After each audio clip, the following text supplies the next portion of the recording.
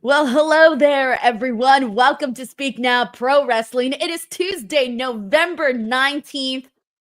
Chinedu, that is it. That is it. Chase U is no more. Hey, everyone. Welcome to the NXT Post Show. I'm Denise Salcedo. I'm here with Chinedu, the bounty hunter. Chinedu, you're out here looking like freaking Brian Keith. It's shout out to Brian Keith, man. I threw this on. First of all, I had to throw this on because I want to represent for my Texans who destroyed the Cowboys last night. It was a great night. Football throw it out there. But it gave me the vibes, man. Brian Keith vibes, my guy, little bounty hunter, a little Undertaker, a little bit more, and Chase U a little bit too, because that went down. Y'all, Denise was doing cartwheels before the show, y'all. She was very excited that Chase U broke up. And I got on and said, "Hey, it's a great day." I was like, wow, for real, Denise? Like, yep. I was like, hey, what? Look, all of us knew this day was coming, all right? The second that I saw, and I mean, I expected it. I know it's hard to say, right? When it comes to pro wrestling, I 100% expected somebody, because we can never 100% say for certain that something's going to happen, right? Card subject to change. You just never know what the hell is going to go down on these shows. But I knew in my heart of hearts that they knew in their heart of hearts that Chase U had hit an expiration date. We've talked about this. Like, that's it. It was done. There was no more that you could do with Chase U. All right? How many times didn't we come out here and we talk about Thea Hale being held back and blah, blah, blah? We've had this conversation. We've been there. The second that NXT got on the air today and I saw the sea of people with the Chase U shirts, that was my dead giveaway that Chase U was going to be no more by the end of the night. And here we are. And you know what, guys? I'm not crying. You're crying. Literally. wow. You see what I did there? I flipped it around. I see you did it. I was like, I can't believe you did that. I'm not crying. You're crying. And people are really more than this, Denise. You see, I'm out here dancing on the grave. What's that meme? That meme where the person's like doing the peace sign at someone's grave? That's me right now. Chase U right there, Denise right there. Yeah, I'm like, yeah, woo, party in the USA. Shout out to Flash. Look. Oh my God, let's get into it, Chinedu. We already know how I feel about this. I thought it was time. I figured this was the direction they were heading in. I'm not a Ridge Holland fan, but for tonight, I am a Ridge Holland fan. I'm going to wave a little RH Ridge Holland flag and wear a little t-shirt. Today, he did the job. What'd you think about what went down with Chase U today?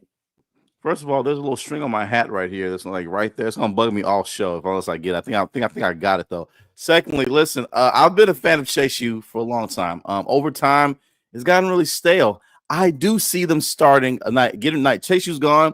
What about Chase Tech? What about Chase Tech? What about Chase A&M? Or Chase A&T? He could start a new university, Denise. Do we need to think about that? Even put that out there. Because he could do it. Imagine that. He could start a new one. All right. That could happen. That could happen. Put that out there, Chinedu. You're crazy. I'm just saying that. Why go 2 steps back when you just went 5 steps forward? Listen, I'm just playing devil's advocate here, okay? As I'm wearing like this Undertaker. Well, this is like an Undertaker hat. This is more like Darkwing Duck a little bit. You know, I mean, you remember Darkwing Duck? Like, I don't even know what you're talking about right now. Wow, man, I feel old now. If you remember Darkwing Duck in the chat, please let me know so I don't feel old, man. Let's get dangerous. This is the whole cartoon. But yes, he could restart a new school, could join it. But I hope they don't, because I wanted to end. This match was and he cheated, and he still lost. Yeah. No,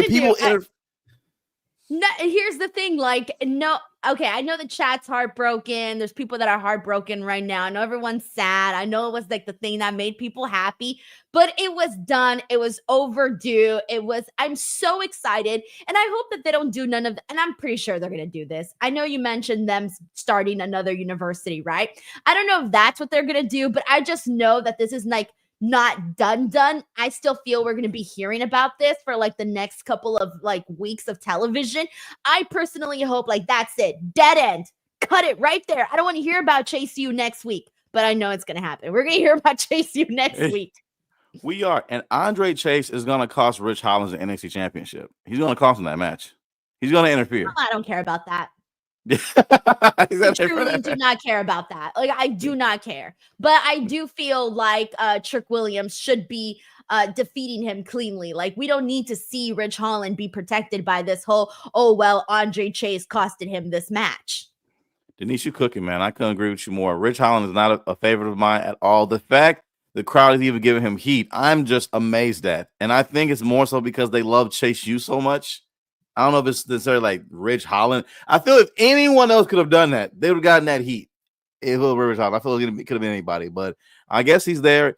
I feel he suits the ideal mold of what a like heel rival could be for Trick. Ultimately, he has the look. Could be a good match. Something for Trick to do. I feel we're building him up to feed him the Trick. As long as we still feed him to Trick and he loses, I'm happy. Chase, you need to get. It needed to be over anyway, honestly, because Thea Hale is a star. She has not wrestled since Great American Bash, y'all. She hasn't wrestled since the Great American Bash. It needs to end. And there are only more women coming into this roster.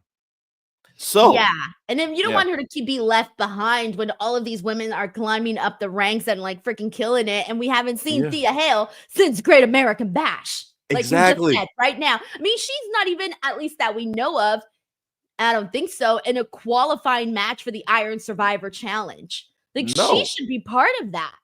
Yeah, and she's not injured. She's not injured that we know of. She's not injured, so she should be in that qualifier, and she's not. And it's just like, because she's tied with Chase U in this nonsense. Like, that entire match is screaming at Rich Holland. Like, this is what she pulled up to work. Are you wrestling, Thea? No, I'm about to scream at Rich Holland for 15 minutes. That's what I'm going to do. Come on. That's it. Well, let's get into these super chats, see what the people are saying. Let's see how many hearts are broken out there. We're going to kick things off with Luis Arturo Mendez, who says, hashtag black and silver era of NXT. Yeah, I think we're there, man. And you know what's crazy? What do you think? One word. What's the one word right now that you would say summarizes the black and silver era of NXT, Chinedu? I'm asking you this. And I'm asking the chat this too, because I think we all know what that one word is. I think my word might be different from you guys, though. I'm looking at it as if I'm like the business mind. My one word is money. I'm sorry. We're on CW, man. Big time, big everything, new ratings. I am in it. But here's the thing, Chinedu. You said money, right? Mm-hmm. Okay, capital M. Mm-hmm. Turn that around. And what is that? A W for the women. Women. That is That is what I see. That one word that summarizes the black and silver era of NXT.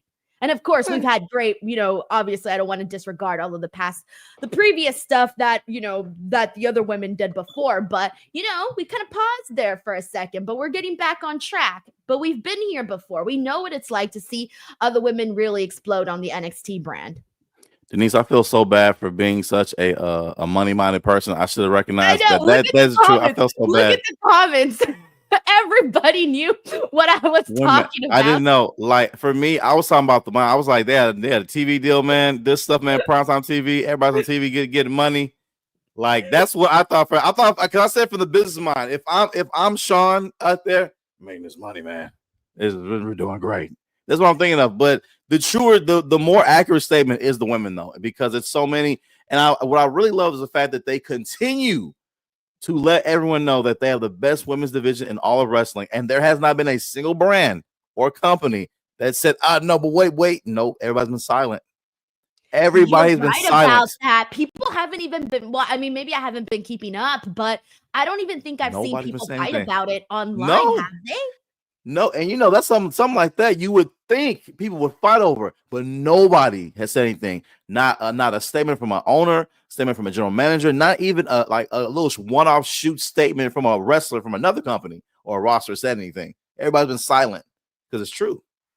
Wow, Chinedu, you kind of made a good point right there. You made Yeah, a good man. point. And Yeah. I was gonna say, they're leaning into it. I mentioned it last week that I heard when Vic Joseph mentioned, their women's division being the best, right? But then today, like we also heard it during a promo when JC Jane as a Fatal Influence, like they were talking about that. And I'm like, oh, these last couple of weeks, they've really been leaning into saying we have the best women's division. So I'm like, all right, hey, confidence is key, man. You got to own it. We have Sheldon Jackson here with our fun fact of the night. This is now an official segment, Sheldon. So just a heads up, we're going to be expecting fun facts. Just kidding. Sheldon Jackson says, fun fact for the night. Out of the 4 Iron Survivor winners, Roxanne Perez, Grayson Waller, Blair Davenport, and Trick Williams, Roxanne is the only one to win their title match for winning Iron Survivor. And yes, he is right. You know who I thought was going to win too? Was Grayson Waller. Grayson Waller was one that I thought was going to win too. And then Trick Williams as well. I mean, that happened afterwards, but still. Man, I honestly keep forgetting that Grayson Waller was even a part of NXT. Like I forget sometimes. Like, why he sure was. Oh, but shout out to Sheldo, man, coming through every week with this, man. Fun fact for the night, man. Sheldo, you were the realest. I mean, Blair Davenport. But here's the fun fact, though, within itself, because 2 of the 4 names ended up getting drafted to the main roster. That is true. Although we haven't really seen too much of Blair, though. Yeah, man. She's on SmackDown, right? I almost kind of forgot she was on the main roster. As I was saying it, I was like, wait, is she? Yeah, because when you said Blair. Yes, my own self. I was like, wait a minute. I know she is, but wait. Yeah. She's on SmackDown, right? SmackDown, right? Yeah, I think so. Yeah, I think, SmackDown. Yeah. Oh, man, that's hilarious. We got Arnold Nicholson Jr. who says, thank you, Chase U. All right. It's okay. If you guys want to thank Chase U, let's do it. Let's thank Chase U. Thank you, Chase U. It's over with. We're moving on. I'm with you, Arnold. Wow, Denise is cold-blooded, y'all. Right now. Cold-blooded. What did they ever do to you, Denise? What do you mean, what did they ever do to me? You know how many minutes of my life I spent watching Chase U? Chinedu, do you know how many minutes? I'm pretty sure if Sheldon Jackson took the time, because you take a long ass time, do not do this, Sheldon Jackson. I'm just saying. God. But if he took the time to go and see how many times we got Chase U segments on NXT, we can find out exactly how many minutes of my life were spent on that. I'm just kidding. I'm sorry, Chase U. I love you, Thea Hale. All right. Listen. And she only said Thea. That's it. Everybody else. Bro, I'm a savage. I'm sorry. I'm sorry, okay? I tried. Everyone here knows that I tried. Oh, my God. That's funny. Everyone else is like, what? Hey, I love you, Thea Hale. All right, Larice Johnson here says, finally, Chase U is done. I'm happy. Yo, Larice Johnson is on my boat, Chinedu. Larice, I thought you was with us. I thought we was having a funeral. You don't even like Chase U. What are you talking about? I mean, well, yeah. Yes, yeah. You're acting like you like Chase U. I know for a fact you don't. I can tell. I know it's the worst, man. When he did them chase stomps, I was like, hey, he's not gonna win this. This is it. He's not winning this at all. It was that spell, and he didn't get the pin, and that was a terrible. That's his finisher, side slam, basically. Oh yeah, this dude's gonna. Yeah, he had originally looking like Brock Lesnar. Like, this is terrible, terrible. He didn't even get new ring gear for the match. I didn't even think about that, to be honest. I mean, I guess what's the point right now if something's going to change? Because clearly you're going to have to change the entire trajectory of these people. We got Sheldon Jackson here who says, I'm sad that Chase U is over to put over bum ass Ridge Holland, but I'm still crying from you learning a new phrase. Still laughing about you and Skeet. Did you see this by any chance, Chinedu? That was you and Reg, right? No, I know you're not really on NXT on Twitter. But on Twitter today, I posted a video, a never before seen video of me and Will. It was during that interview that I did with him where we were talking like serious AEW business and stuff. And so the Skeet portion of the video was removed because, we wanted to keep it whatever, right? So we removed that part of the video. And finally, I hit him up and I was like, hey, are we going to post this up? Like, should I post this up? Because I'm like, this is really funny. And he was like, yeah, let's do it. So I finally posted up the video today. And it's the skeet story of me accidentally finding out that I never knew what skeet actually meant. And so the video is up right now on my Twitter account. You guys can check it out. It's right there. It's like 5 minutes long and it's so fucking funny. It's hilarious, but you guys can check that out on your own time. Oh, I definitely am, guys. And everyone in the DWO, please don't let me forget to bring this up next week because I must watch this video after the show. I have to bring this up at the next show. Because 1 second, we started talking about it in regards to Blue Sky and how they call them skeets over there, right?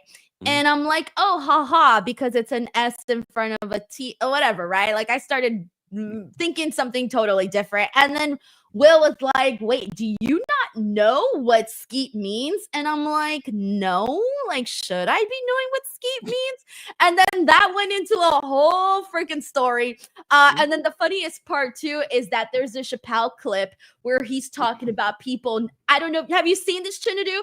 The Chappelle clip where he's talking about like, if white people knew what skeet meant, they wouldn't be saying skeet on the radio. At all. It'd be like, my God. Yeah. What have we done? And that was like how many years ago? And then fast forward to 2024, I'm barely learning the word skeet. And then what's worse is that me and Will were doing this interview in his basement.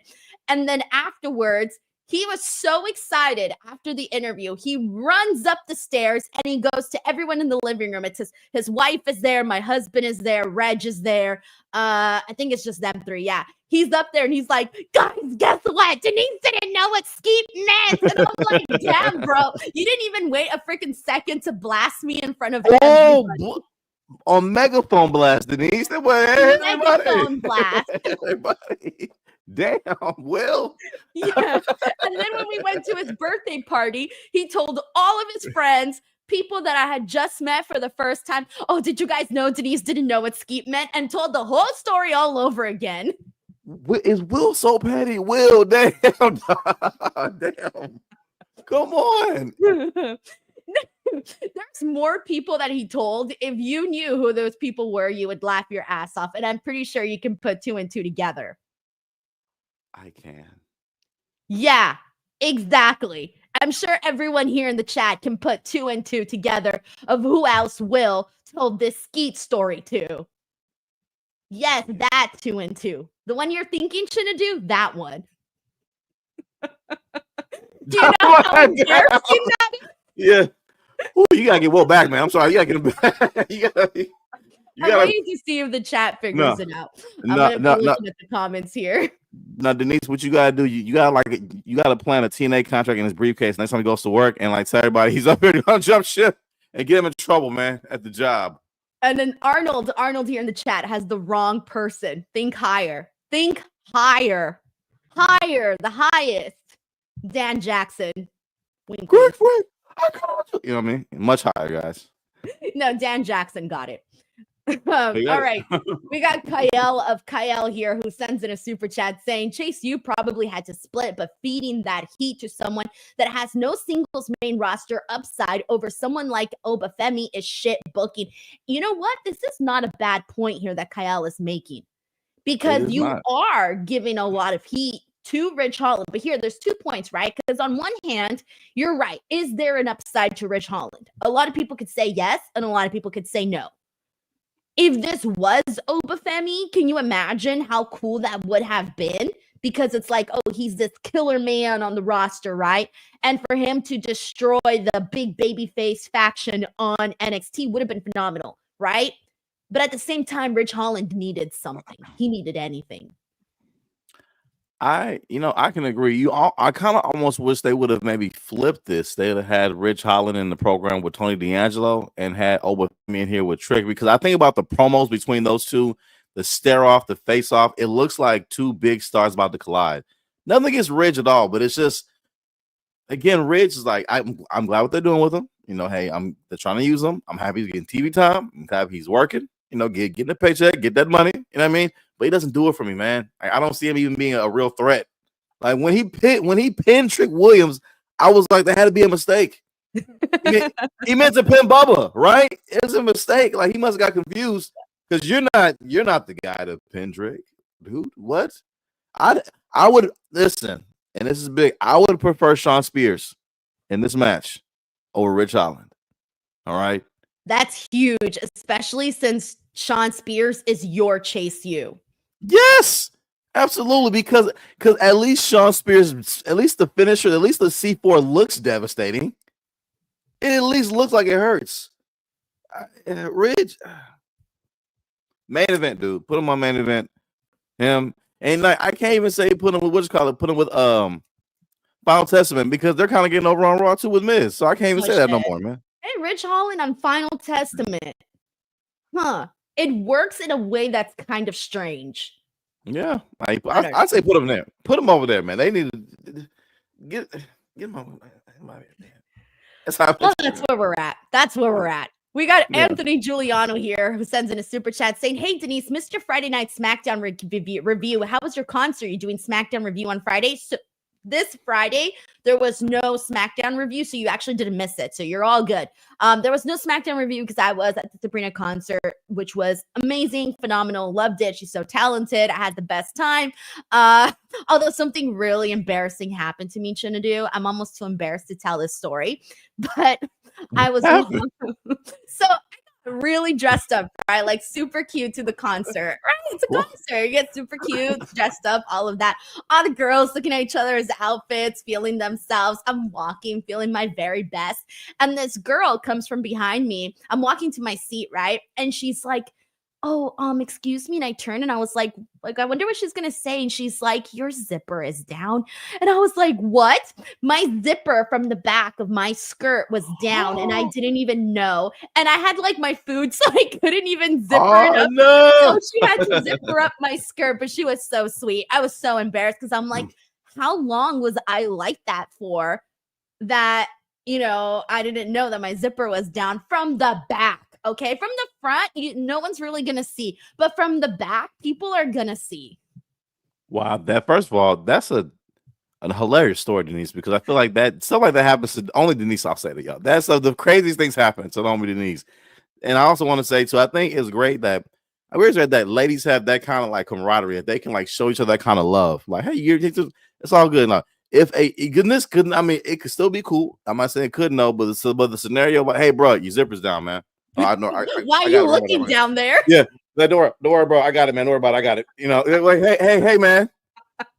I got it. I got it. Thank you, though, for letting me know. But hey, man. You know what I'm saying? Hey, man. Like, what you doing? Get your hands off me. Hey.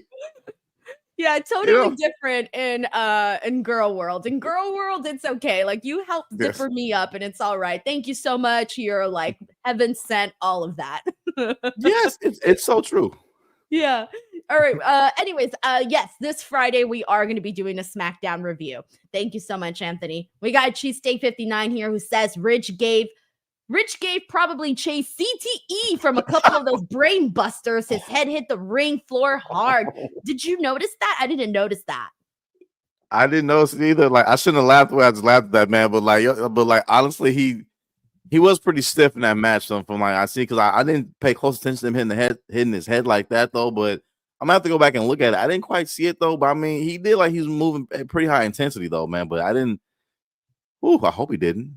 That'd be no, it's not good for Ridge Holland on that, especially given some of the history. Listen, right. I know. Like, we got Jay Stone here, who's a brand new DWO member. Welcome, Jay Stone. Thank you so much. We got Terrence Johnson, who says Team Black and Gold versus Team 2.0 War Games. Tony D is the only one left. I think he might be. Is he? The only one left from a Black and Gold era? Let me see. Because I know because the one that was there for like the longest was Ilya Dragunov, and then like he went off and obviously got drafted and all of that. I'm trying to think if there's somebody else that has been there the whole entire time, which I would hope not, because then it's like, bro, you either move up to the main roster or like what's going on with you? That's How long is Robert wild. Strowman there? Yeah. I'm sure if we're missing someone will let us know. We got Lab Yeah. Glass here who gifted 5 DWO memberships. Thank you so much, Lab Glass, for that. Reece Johnson says, I knew Ridge Holland was going to win. Everyone knew it. Everyone knew it. We all knew it. The second I saw the t-shirts, I was like, that's it. Chase U is done, baby. Done. We got Jay Stone here who says, Chase U first, Dollar Tree Judgment Day next. Can we get a Lola versus Jaida NXT? Hell in a Cell. Denise put in the call. Hey, look, we can manifest on this show. You never know what's going to happen. We'll see. I don't think they'll do a Hell in a Cell for Jaida and for Lola, but they are continuing the feud, and we'll get to that in just a second. I think we can, I feel like we can expect big things from this, because when you have two girls that are really getting over the way that Lola and Jaida have gotten over, and each at different periods of time, I think you run with it. And I think that the powers that be over at NXT see the potential that they have there with Lola and Jaida, which is why they're continuing that. But we'll put a pin on that and circle back to it. Stephen Marchuli says Stephanie Vaquer versus versus Jaida Parker. Match of the night. Vaquer will look strong, but Julia wins Iron Survivor. I cannot wait to get into the Iron Survivor qualifiers topics, because we got a lot of good stuff, and we have a lot of upcoming good stuff too. Let me just get through these here. We got Sheldon Jackson who says Denise Pillow Princess Salcedo or Skeet Sado. I think Salcedo rolls off the tongue a little nicer. That is wild, Sheldon Salcedo. And then Sheldon, what the Salcedo.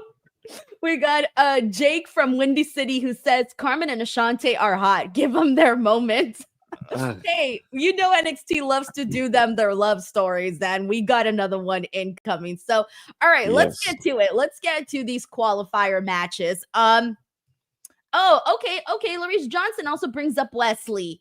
He's been there for a hot minute. We also got Terrence Johnson who says Waller, Breaker, Mello, D'Angelo. Well, yeah, Carmelo's all, somewhere else now. He's obviously doing his thing on SmackDown. Braun Breaker doing his thing on Raw. Waller doing his thing on SmackDown. So, on the actual brand, it looks like, everybody's sort of moved on already. But thank you so much to Terrence Johnson. All right, so let's do this. Let's get into the qualifier matches. I want to start off with the women because, like I said, the women are money. All right. Oh, that's going to be the new thing, Chinedu. No, that's why I made the I was like, that's cool. Like, women are mother. That's gonna be my new thing. We're gonna do that. That's gonna be the Tuesday night show slogan. The women are money. You know how I feel like? I feel like Penta. You know when he does Settle metal. Yeah. The women are money. Go book it, everybody. We got a signal? Signal? Is that what you call it? A signal? I do. I think it is, man. We got the women are money. Y'all listen, chat. We cop patent pending by Denise Salcedo. Patent pending. I said it on air, so if you try to use it, we can sue. Patent pending. You say that? I don't Trademark it. Okay, we're trademarking it. Yes. All right, so let's get to it. The women are money. Iron Survivor qualified matches for the women that we got today. The first one that I want to get into is the one that Stephen Marchuli just mentioned, which was Stephanie Vaquer and Jaida Parker. This was absolutely nuts. And I say that this was nuts in a way that Stephanie and Jaida, they could not be more different. They are so different as competitors, as personalities, all of that. They have two totally different experience levels. And that's the big thing that I want to hit at first. Stephanie Vaquer she's been doing this a lot longer. She has been, all over the world performing at such a high level. With that being said, Jaida Parker went in there. And if you were just watching women's wrestling or just watching the show for the very first time, if you didn't know anything about Stephanie and you didn't know anything about Jaida Parker, you would probably never know that. And I thought that was so freaking great that Jaida Parker looked and fit the part, especially she didn't stick out like a sore thumb being in the ring with Stephanie Vaquer, right? Because we have seen situations like that where someone is so advanced that the other person doesn't look like they can keep up. I thought that Jaida Parker looked great in this match with Stephanie. And, Stephanie is not like super, super small. Like she doesn't look like the most petite girl, but damn, next to Jaida, she looks so much smaller. And I felt like Jaida Parker, like to me, she didn't seem like that much taller, but she seems so much taller today. I'm starting to think she grew in a whole week, by the way. But no, I thought that Jaida looked really solid in this match. And then again, she didn't like look bad at all. And here's the thing, like I was expecting Stephanie to win this. I really was. And I didn't hate that it was against Jaida Parker, but I don't know. I think that in this situation, I never really liked distractions because we had Lola Vice go out there and distract Jaida Parker.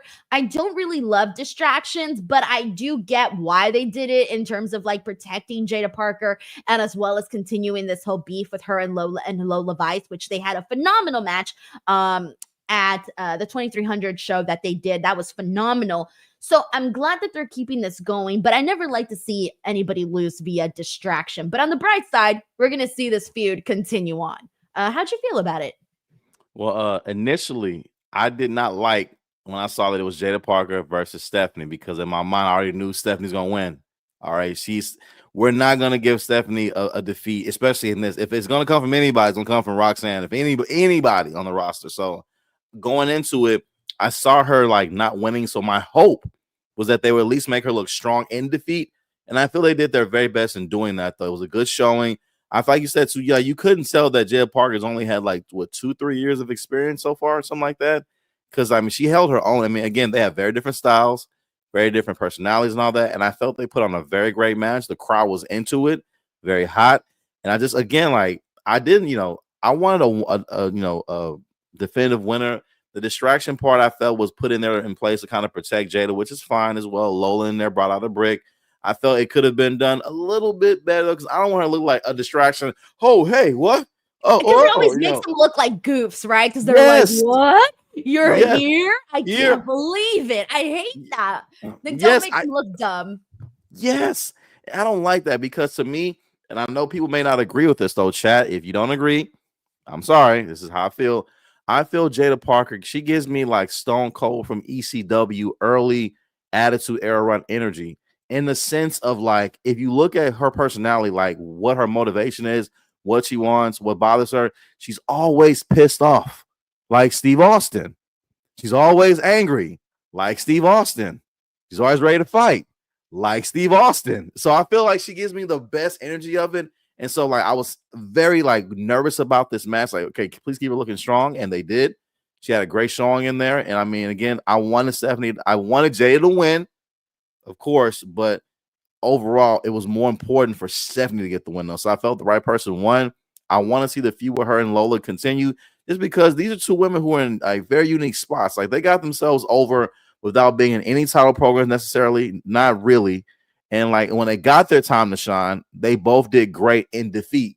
Like they both went one-on-one with Roxanne and they both had great showing. So I feel this was a good match. I look forward to seeing what happens between Jaida and Lola in the future. I'm thinking steel cage. Have they done one yet? Wait, have they done Between them, no. But they have had. They did a steel cage. Didn't they do a steel cage with Gigi and JC? I think they may have, but I feel like that's coming next for them, though. I mean, I know someone earlier said Hell in a Cell, but I feel like they're not gonna, especially at the Drew and Punk, they're not bringing that out for at least another year. That's like they've established that's how we end feuds out here, though. So I do hope we get maybe like a steel cage match or maybe like a hardcore match because Jay, that's so far that's Jada's wheelhouse now. She's hardcore queen now. She's undefeated in that field, so we'll see. But Lola is also undefeated in those NXT Underground matches. Oh, that's man. What if they both did each other's match? Like they kind of went to each other's worlds. Like, hey, let's see, you can come into my role and do it. I would be into seeing it just because I love seeing Jaida Parker. Like she's she's a very good, talented person. I know the Thirstier fans in here have other reasons why they like her, but I'm a genuine fan of her work, her talent, and her personality, man. I feel like she's gonna be a main roster star any day now. Same So thing the with Lola. other thing that because I felt like how you felt, right? When you saw that it was going to be Stephanie and Jaida, and we were probably like, damn, this is one of those cases where you want both of these people in the match, right? And there's a match that was announced for next week, which we'll talk about in just a minute, between Kalani and Julia. And that's another situation where you're like, damn, I want both of them girls in it, right? Yeah. But here's the thing. I know that it kind of sucks when you have to choose and someone that you like is going to be out, but I prefer this over having a fan favorite versus someone you know that they're easily gonna squash. To me, it means much more to see Stephanie defeat a Jaida Parker. It's gonna mean so much more when we see Julia defeat Kalani Jordan. You know, it's situations like that I feel like it makes the qualifying matches seem more must-see TV, and it makes it just seem more important. And like, again, I'd rather see someone take a beautiful loss to someone if the match was good or someone great than for someone just to win in a match against kind of a nobody or someone that you don't really care about on the show. I can agree because that next match, like Zaria versus Wren Sinclair, I think we all kind of knew. Okay, guys, now who we really it was like that. It was like, okay. I mean, I was so surprised by how much offense they gave Wren Sinclair during this. I was too. I was expecting her to get I was expecting her to get squashed 2-minute match. I was expecting to get some maybe some early offense in, but she goes in there, hits maybe a 3-4 move of doom set and win. But they kind of gave her some offense. I guess they have plans for her, or they don't want her character looking too weak, which is fine. The right person won. Again, it's one of those matches where I think we all knew what was gonna happen. But that spear from Zaria was nice, man. It was so nice. So much good intensity. She reminded me of female Braun Breaker. Because when Braun hits his spear, it's almost like, I don't know, it's like a jolt, right? Like you feel it. It's almost like you can feel that pity upon the wrestler that is taking the spear. And that's how I felt when I saw Wren take the spear from Zaria. I'm like, damn, girl, I felt it at home.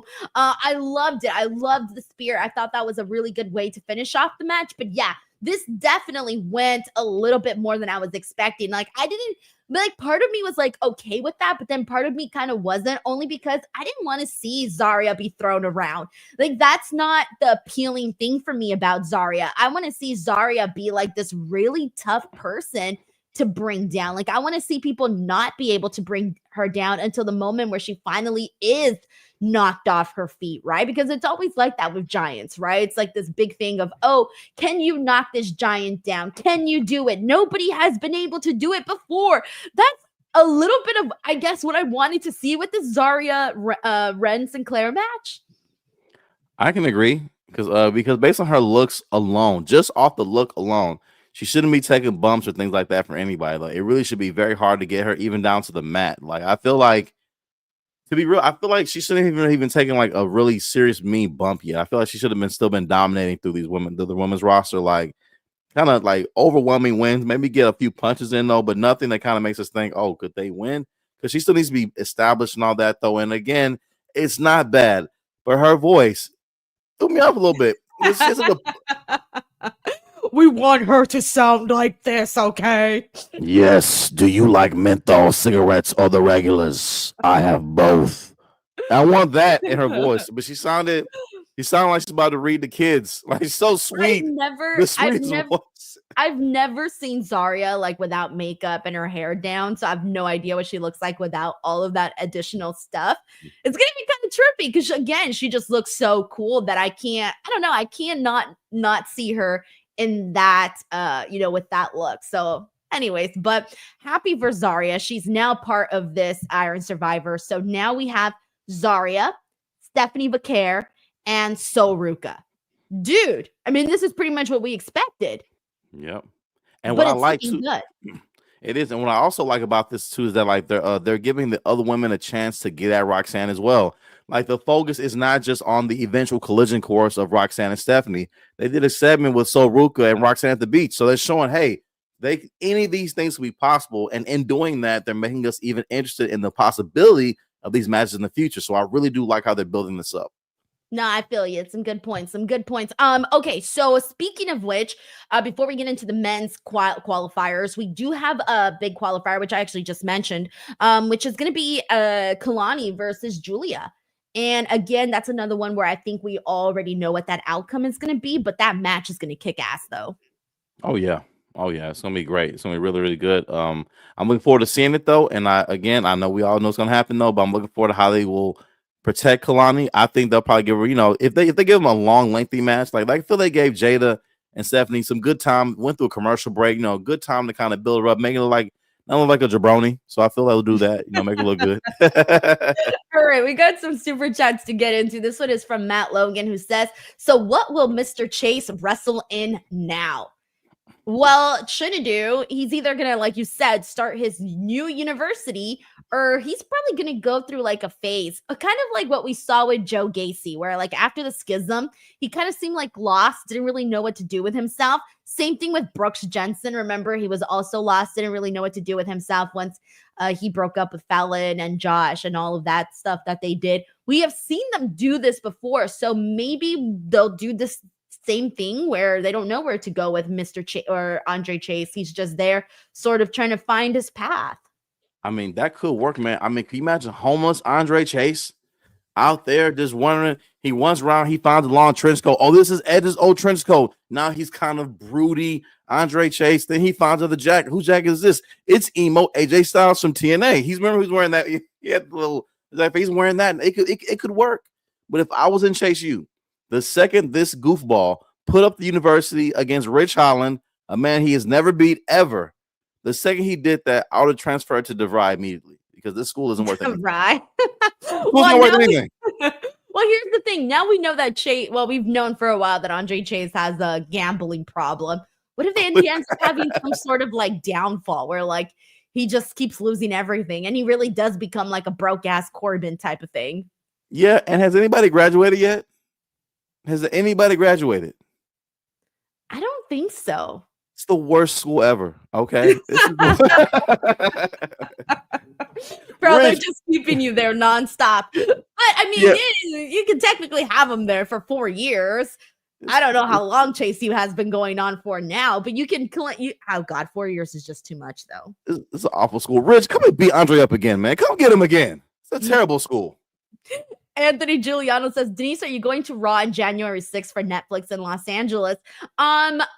So it's so funny because I was thinking, okay, I don't know what their plans are in terms of like what the media coverage is going to be like. I hope that they do something like right before the show. I think that would be great, similar to what they did when SmackDown went to Fox. They did like this big giant blue carpet. It was really great. Like all the who's were out there. It was right outside the Staples Center. It was phenomenal. I would like it if they did something like that. I don't know if they do it like way in advance or the day of. So I guess it depends. If they do it obviously the day of, something like that, then I will definitely be there. Part of me was thinking like, I don't want to miss doing my watch along and all of that type of stuff. So I'm probably going to be here. But then I started thinking like, damn, what if Netflix can't even stream the show properly? And then I'm here trying to watch the show and it don't even work when I could have been in person watching the show. See what I'm saying? Like, I don't know. I mean, obviously they're going to do the NFL Christmas Day game. So we'll see how they get their streaming shit hopefully in order by then. And then that'll give us a better feeling about their streaming for Raw on January 6th. So I don't know. I think I am going to be there just because I feel like I have to be there. But I also want to be here watching it with everybody. So I don't know. I feel Denise, because for those that don't know, when you make content like that on the go, it is very hard to make the content. And for one, just getting in the arena, sitting down, the time it takes to get there and get out. Chinedu. And to everybody here, have you guys seen where the Intuit Dome is? Okay, let me tell you something really quickly of what this looks like. For all of the people that live in this area in LA, you guys know what I'm talking about. It's the Intuit Dome, SoFi, and Kia Forum. They're all right next to each other. The only thing separating them are parking lots. There's one exit off of the freeway, off of this really already super jam-packed street. When I tell you, The traffic in that area is nuts. You got to literally leave way in advance just to get parking. Well, parking, honestly, they're really good with the parking. They're really good with finding parking and all of that because of all of that. But dude, getting out of the arena, oh my God, it takes forever. At least it did when you go to SoFi. Not so much with Kia Forum. Kia Forum's really easy, but then I'm like, I don't know if any other shows are running on that day. It's a Monday, so hopefully not. So I think we'll be good on that end. But like on weekends, I would not want to go to a show in that area if all three venues are running. I believe I used to pride myself on my city having the worst traffic, and then I went to LA for a show for the first time, and then I had a show in Rancho Cucamonga. I took the Uber, and they were like, "Yo, you'll be there in about 3 hours." It was like 3 hours. Stop. You took the Uber from where? From LAX to Rancho Cucamonga? No, I think I was from downtown LA to Rancho Cucamonga because that's where I was staying at, and it was like a 3-hour Uber drive. Well, I had a show at it was a church out there. It was a big church out of Rancho Cucamonga. I was on the Real Comedians of Social Media tour at the time. But why didn't you stay nearer to Rancho Cucamonga? Well, no, I had a show in LA the night before, so they put me out there. The show was at I don't know if you know who Erica Campbell is, but the show was at her church that night, and then the next night was at a venue out there. And I was in there with my friend Cletus Cassidy. We're out there, and we're in there. We're like, "Hey, ain't gonna say no 3 hours, man. What are we talking about?" Took 3 hours in this Uber, sitting in traffic after traffic after traffic after traffic. We got there with like 10 minutes to spare. I'm like, that is insane. I'm glad I was already dressed. That was insane. So God bless you for kind of far from LA to begin with. Like Rancho Cucamonga is definitely out of the freaking way for sure. But yeah, traffic is always really bad. But I'll tell you, out of all the places I've been to, I'm gonna rank the worst traffic. I rank the absolute worst traffic for me that I've experienced. Number 1 was London. I thought London's traffic was horrifying. Really? Number 2, Mexico City. Horrifying traffic too. Number 3, I would have to give it to New York. There was some really, really bad traffic that I got into. And then I would put number 4, Los Angeles. Those are my top 4 that I would say I've experienced the worst traffic. Those all sound unbelievable too, man. Especially traffic in other countries is next level frustration. All right. Cause we're so used to how we're here in America, lights and all that. Like traffic. I went to Lagos, Nigeria with my dad for the first time in 2011 as an adult. The traffic, man. We sat, I mean, it just yeah. We got off topic, didn't we? I'm sorry. It's all right. It's all right. All right. We got you. Thank you so much, Anthony. We got Cheesesteak59 who says NXT is so much more interesting and fun than any other main roster show. It's not the same people doing the same thing for 10 plus years. So here's the thing.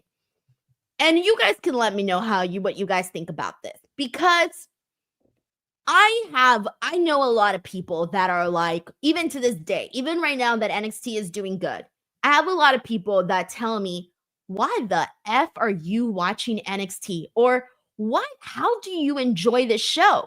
People will tell me, I tuned into the show, I saw it, and I did not like it. And I get this quite a lot, Chinedu. And I'm trying to explain to people that this show is for a different kind of an audience. I would never compare the show to, like, legitimately compare this show to Raw or SmackDown or AEW, because it's just a different show. And the vibe is different. And I don't know. I feel like it's almost like what is it? Chameleon, whatever. The ones that you can sort of change your color. Chameleon. Yeah. You change your colors, right? Depending on your environment. That's how I feel as a wrestling fan. I can change my expectations and my interest based off of the show that I'm watching, right? Because I know what to expect from certain shows. And for NXT, like, people are always telling me, like, the show is, like, not good, blah, blah, blah. And I'm like, okay, like, this show is not for you. This is not the kind of wrestling or entertainment that is for you. However, for the people that do enjoy the show, I find that they enjoy it for the exact same reasons that I enjoy it for, in that it's different. They obviously love the women's wrestling. They like the newness. I don't know how to explain it, but the newness, right? Because these are all new people that we're getting familiar with. And someone said this on Twitter the other day because I had asked people like, why do you enjoy NXT? Like, I wanted to know what it was for other people. And someone said, and I thought that this was a really good answer, but they had said that they loved the fact that NXT tries, that there is an effort that is consistently being made, because they do have to compete against, Raw and SmackDown and all of that, right? So they try different things. And so some of those things, they may work. Some of those may not work. And we've seen a lot of them that don't work. But the stuff that does work, it gets over with their NXT audience. I want to give NXT credit because they know their audience. They know what their audience wants. And you can tell because how many times don't we come on here and we're like, oh, I bet you this is going to happen, or something along this lines is going to happen. Why? Because we're the audience and we know what we want and we're talking about it.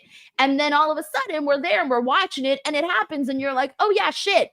Well, because they know what their audience wants. Like, we're not the only ones echoing certain statements. But yeah, I feel like when you go and you watch NXT, you kind of have to have a different, you don't have to have a different outlook on it, but you just expect something different. And it's either for you or it's not.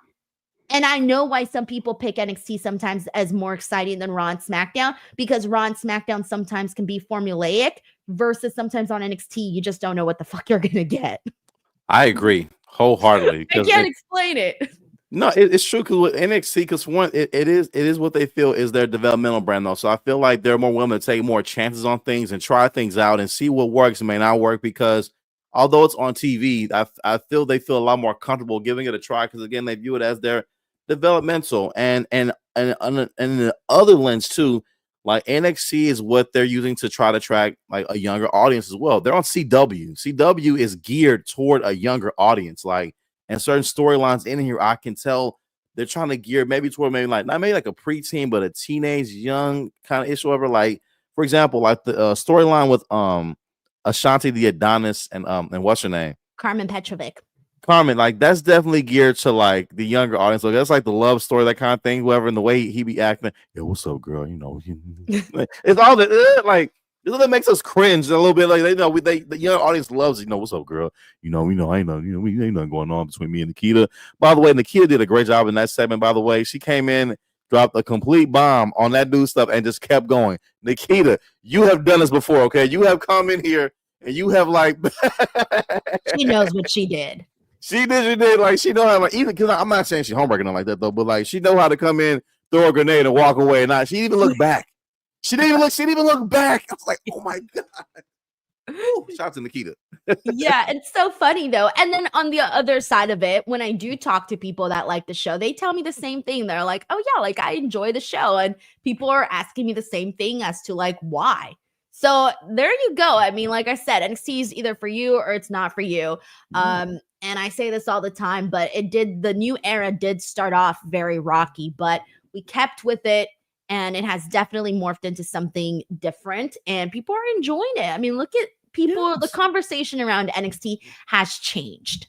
Yes, Trick called Wesley light skin. Okay, you don't get that on Raw. All right, you get that nowhere. NXT, man. Yeah. Thank you so much to Cheesesteak59 for the comment that spiraled into like a whole other topic. But thank you so much. We got Christopher Marino who says, I hated the Lola distraction. Jaida Parker could have lost clean and lost nothing. I think we are getting Lola versus Jaida Parker in the fight pit. See, I agree with that too. Ooh. I wouldn't have thought less of Jaida Parker had she lost to Stephanie. Absolutely not. I would have been 100% okay with that. Honestly, to me, I would have too, just because I'm a big Jaida Parker fan, and I know that they have plans for her ultimately in the long run, though. So losing to her, given where her Stephanie's storyline trajectory is, it made perfect sense for her to lose this match, though. So I feel the same way, because I didn't want her to look dumb. I'm not saying she's dumb though, but it made her look like less than, like, she's not aware or sharp. Oh, she out here? Oh, and she's not even anywhere near the ring either. She didn't get on the apron. She didn't try to strike the referee. She didn't throw the brick at Jaida. Or nothing is in her hand. Look what I got. Ooh, yeah. Oh, come on. Chinedu, if right now while you were doing this podcast, someone in your family walked in the room, you're not going to be like, oh my God, what are you doing here? What's happening? You're going to be like, there they are. Continue on with your job, blah, blah, blah. Continue talking. That's it. That's how it should be. Yes, I would have like to me, she should have seen her, kept it going, hit hypnotic, got the pin, got a 2 count, okay. And then like maybe at that point, like tell the ref, get her out of here or something like that. And then she turns around, a stiff super kick, something like that, maybe, but not just whoa, man, I ain't like that. Dude, if anyone came into my match while I was wrestling, I would turn around, give them the finger and be like, watch this, and then kick ass even harder just because my enemy is out there watching me. Yeah, by the way, I saw that footage of you and Sean Ross Sapp in the ring. Denise, I had no idea. Savage. Oh yeah, you just saw that? Yeah, that was great. Savage. That was one of my favorite life moments was getting to eliminate Sean from the clusterfuck. That was so hilarious.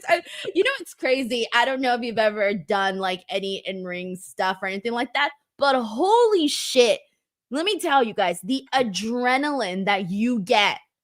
I don't know how wrestlers sleep, honestly, because after you all I did was eliminate one person. My spot was so freaking quick, but I had so much adrenaline afterwards. And then I did another spot where I slapped Frank the Clown, and then Maria Canales comes and like saves me and all of this stuff.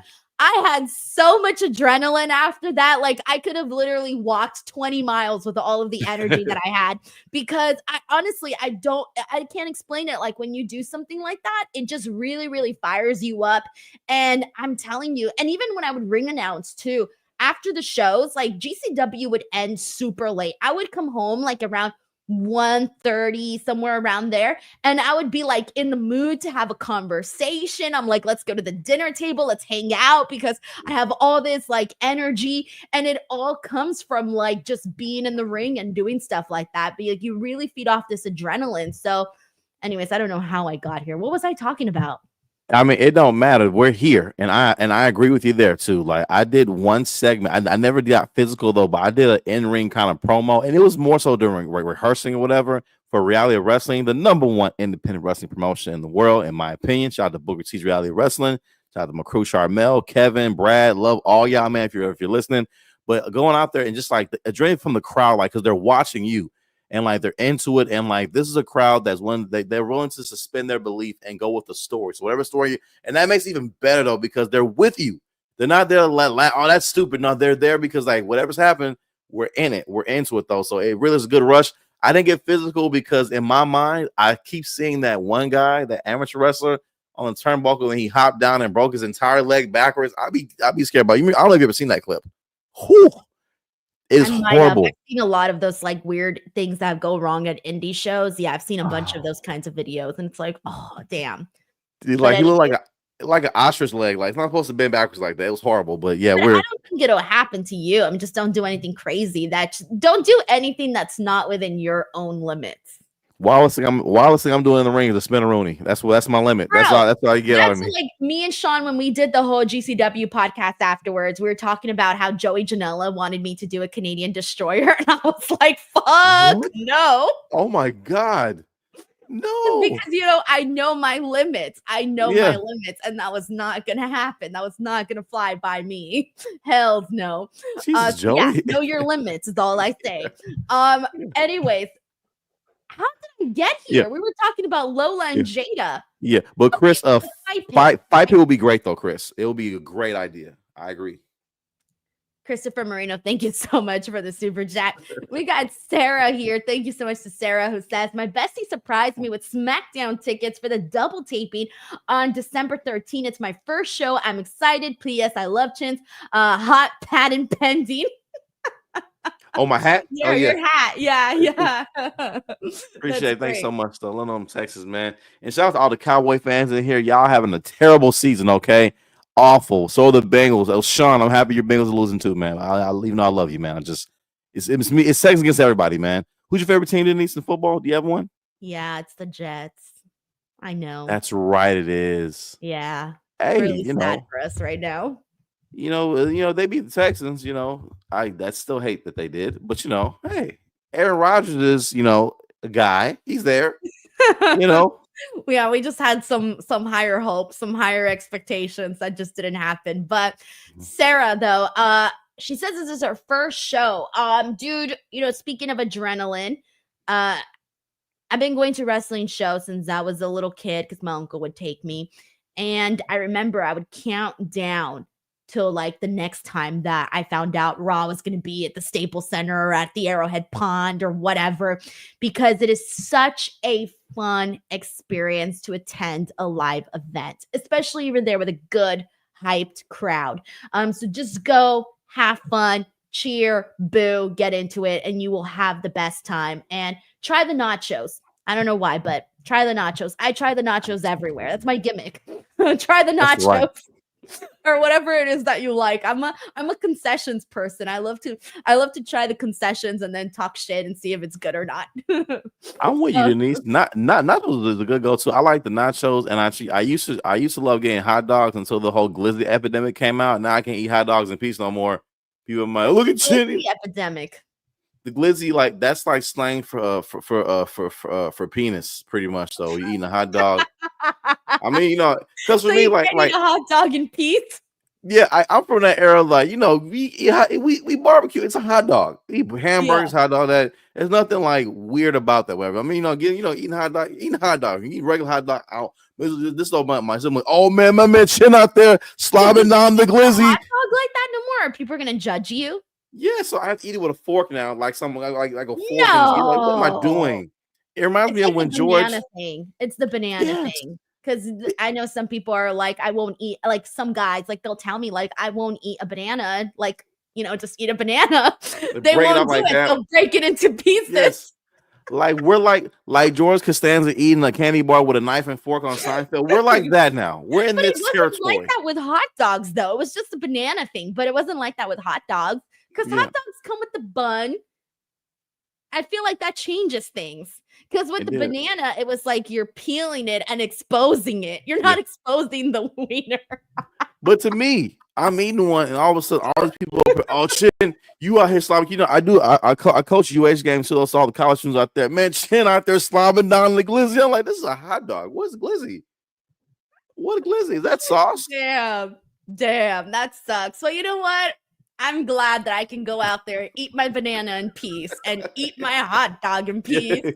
And I don't gotta although one time I was eating a hot dog at the airport and this lady was looking at me like all weird. And I was like, bitch, don't be jealous because you can't have this hot dog. Yes, maybe she was probably judging me like, look at that girl be so unclassy eating her hot dog, all scandalous. That had ketchup on the side. You should take a big bite and tell your mouth, mind your fucking business. Yeah, I was like, bro, this hot dog's freaking good. I always say this all the time, but every time I go to Dodger Stadium, my favorite is to sit in the all-you-can-eat section because that's where you get all the freaking hot dogs, like all the hot dogs you want. It's so good. All the Dodger dogs, so good. I've heard y'all have such good atmosphere at those games, though. But me being a diehard Astros fan, I could never allow myself to partake in it. When I'm in LA, I just can't do it. It's fun. It's very, very fun. Yeah, I like going to games just to eat, though. Yeah, Dodger dogs. That sounds so cool too. Dodger dogs. But Sarah, enjoy the show, and I agree here with Marky Dark, who says just let people enjoy their food. Exactly. Eat your damn food. Thank you. Because I pay for this, okay? I like being hot dog, extra relish. This costs me money. I pay for this. What do you do with a corn dog? I mean my corn dog. I don't care. Because, sometimes, I don't know how you eat your corn dog, but sometimes you got to go through the side.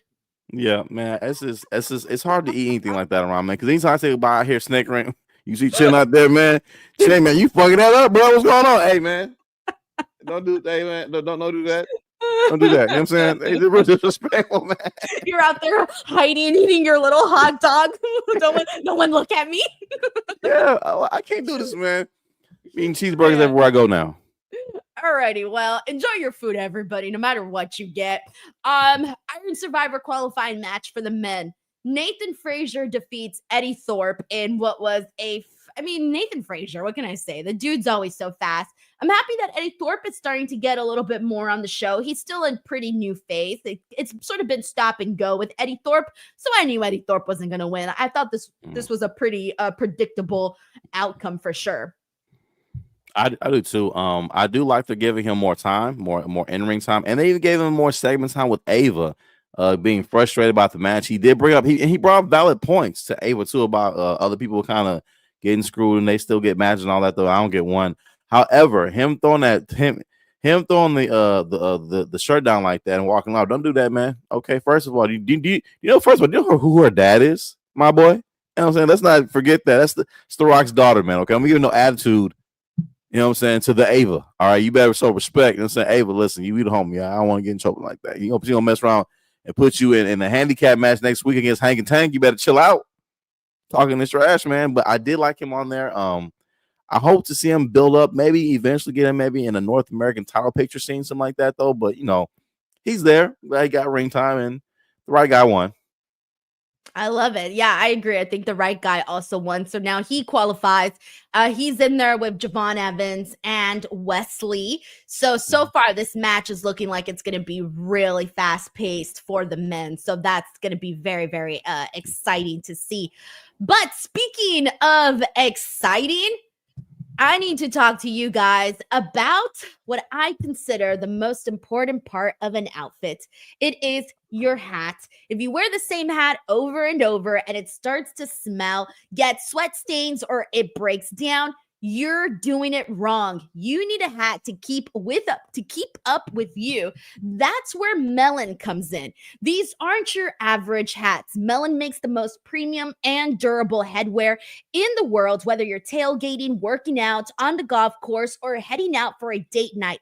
You need Melin. It's built to last 5 times longer than any other hat. Natural antimicrobial properties so sweat doesn't break down the hat. No sweat, no stains, no smell. If you're looking for the world's most durable hat, look no further. Go to melin.com. That's MELIN.com and put it to the test yourself. Sorry, I couldn't find you. I was like, wait, what button do I press? What button do I press? I'm watching Proud. Round applause to Denise, man. That was a great read, great plug, man. Last week with saying microbial. I got it now. I practiced this. Microbial. I got it. Microbial. Oh, that's terrible. All right, so we got a couple more items to get into here really quickly. All right, Tony D, Brooks Jensen. Brooks Jensen getting hairier by the minute. I like his theme song though. The theme song was good. Was it new or did I just notice it for the first time? I think it's been his theme song. I think, if I'm not mistaken. Oh, wow. Whoops. Anyway, I liked what I heard. But this was kind of a nothing match, man. A nothing match. And Brooks just continues to lose. I feel like I don't get the partnership with Shawn Spears. I feel like it's right there in my face. Like it's so obvious, but I'm just not getting it. Oh, you're not getting it because it's dumb. You know what I mean? You know, it's a dumb partnership. Here's our plan. We're gonna just lose and lose and lose until they give us a title shot. So that's been the plan. We keep losing, like we lost tonight. We lost last week. Last week before that, we keep losing until eventually we'll just get a title shot, and that's how it goes. I don't know what to say. I don't know what to say. I feel like I'm waiting for this to like blow off. Like I'm waiting for I'm waiting for the payoff. This is the joke that's going and going, and we haven't gotten to the punchline yet. So I'm gonna. This is the part of the show where I'm just like, all right, I'm just waiting to see what's gonna happen because the in between, it's just not going anywhere. It's just so boring. It's so boring, and I don't know what to say. I'm telling y'all, listen, it's Shawn Spears, y'all. Anything. I'm not trying to knock him. I don't even think it's just Shawn Spears in this. It's also Brooks Jensen. Well, no, of course, because like him as a character doesn't interest me at all. Brooks Jensen, like even less than Shawn Spears. Because at least with Shawn, Shawn has, I feel I can listen to him on the mic to a certain degree. And again, the C4 is a cold looking maneuver. That's what saves it for me. That C4 looks cold. Everything's with Brooks Jensen and all that. I feel like they're just trying with him and it's just not working. And here's the thing. I think that Brooks Jensen, with the look that he has, right? He's all scary, like, I'm sorry, scruffy and hairy. Like, that's what he is, right? Scruffy and hairy. Run with that. I don't know. Like, he was supposed to be some like loose cannon madman, right? Yep. Now he's gotten so much more tamed, and that hasn't worked out for him. So maybe he should get a little crazy and go back to his old ways and, you know, get some wins. Damn. I think he should, because what kind of plan is it to listen to the guy that always loses? What's the goal with that? This is like top team in AEW. It's just going nowhere. You remember that? You remember those guys? Yeah. A lot of talking. And nothing. All right. Well, we're just going to keep waiting, everybody. There's not much else to think about that. Karmen, Petrovic, Ashante, the Adonis. We kind of mentioned this earlier, but they had a mixed tag team match with Brinley, Reece, and Dion, Lennox. Brinley Reece looking spunky in this match. She captures my attention when she's because she's so spunky. She's hard to ignore. But I'm not a fan of mixed tag team wrestling, so match-wise, I did not care for it. But this was really just to continue the story with Karmen and Ashante the Adonis, because they clearly have feelings for each other, but they kind of seem to be fighting it. And every time Ashante gets a little closer to her, something comes in and ruins it. This time it was Nikita Lyons basically acting like he had texted her, and he claims that he did not text her. I believe that Nikita Lyons was sort of acting on her own and just kind of being like, you know, she was just being mean. She was just being messed up to Karmen Petrovic. But yeah, Karmen Petrovic, Ashante the Adonis, they're going to be the new love story here on this show. I agree. I feel Nikita did that just to be a dick. I mean, why not? I feel just because I feel that's in her character. Why not? I'm a dick. You know, why not be a dick? You know what I'm saying? And I do feel. Secondly, I don't know why she's coming out with that sword still. Stop bringing out the sword. Okay, you are finally in the storyline. Okay, leave the sword in the back. Just in my opinion. Well, I mean, now that she's in a love story, I think she might need the sword more than ever. Chinedu. I saw a tweet the other day. Someone said, if your girlfriend stabs you one time and you leave her, you're weak as fuck. It's the funniest thing I've ever seen. If your girlfriend stabs you one time, just you're once. weak as fuck. Just one. Listen, what's wrong with you? Just one time. Yeah. Now listen, I am under the ilk a little bit. This may be bad though. Listen, sometimes, if your girl has never tried to put her hands on you, she don't love you, okay? She's not in love with you, okay? Listen, I know that may sound bad, okay? Folks who are in real relationships, all right? If your girl has never thrown something at you because she's mad at you. I told my husband, I'm like, you're telling me this whole time I had one free pass of stabbing you. I had one whole free pass, and no one told me until right now. But so there you go. It justifies Karmen Petrovic bringing out the sword. We're gonna get canceled. Chinedu. We're done. We're canceled. But a little bit. I'm sorry. Listen, y'all. The views of Chinedu do not reflect the views of Denise Salcedo and Instinct Culture at all. This is I've acted alone and alone is actually by myself.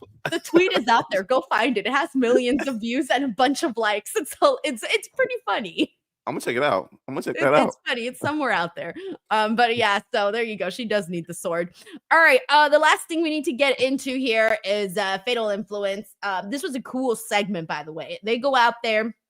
Obviously, Fallon Henley has her NXT North American Women's Championship, and they're bragging about the women's division. I had mentioned earlier that they're really leaning into claiming that they are the best women's division. So they're leaning into that, saying they want to sit at the top of the very best women's division. Fallon Henley says she wants to do an open challenge, but that there's nobody really out there for her. Lo and behold, we see the Meta Girls come out, Lash and Jakara. We see Nikita come out. Turns into a whole situation where they start fighting. So then Tatum Paxley comes from behind and attacks Fallon Henley. And so because Tatum Paxley strikes first, they decided to give the match to Tatum Paxley. So there you go. We're going to have Fallon Henley versus Tatum next week. And I think this is going to be a fun match because Tatum Paxley is, I think, someone that the NXT fans, like, they have enough interest in her and they kind of want to see. She piques people's curiosity. She's not going to defeat Fallon, of course. That's not going to happen. But I do think that this will be a fun little matchup. I agree. And before I get into that, though, I want to touch on that last match real quick. Who was Ashante the Adonis wrestling? What was that guy's name? Oh, it was Dion Lennox. Dion Lennox. When I was washing bottles during that match, so I was watching from across the room. For a good 30 seconds, I thought that was Jason Jordan. I was like, he's back? He's back? I thought that was him for a little bit. A little closer, like, oh, that's not him. Oh, yeah. My fault. But the women's segment, first of all, Fallon is an amazing. I mean, when I tell you, she wears that belt like it was made for her. She looks so good. She's so good with that belt. That belt is working for her. The hair, the really, really straight hair, Yes. the one-piece bodysuit. Yes, working. I say she got I guess she got nasty little press. She coming out looking, listen, like a star. Like a star, okay? And I love the entire segment. A part of it that made me laugh, again, you said the Meta Girls came out. I love they're called the Meta Girls, so that works. Play a metaphor like that. What made me laugh was that Nikita Line came out, was talking to Last Legend, saying, go back to the back of the line, and Last Legend did not even turn around and even look at Nikita Line that whole segment.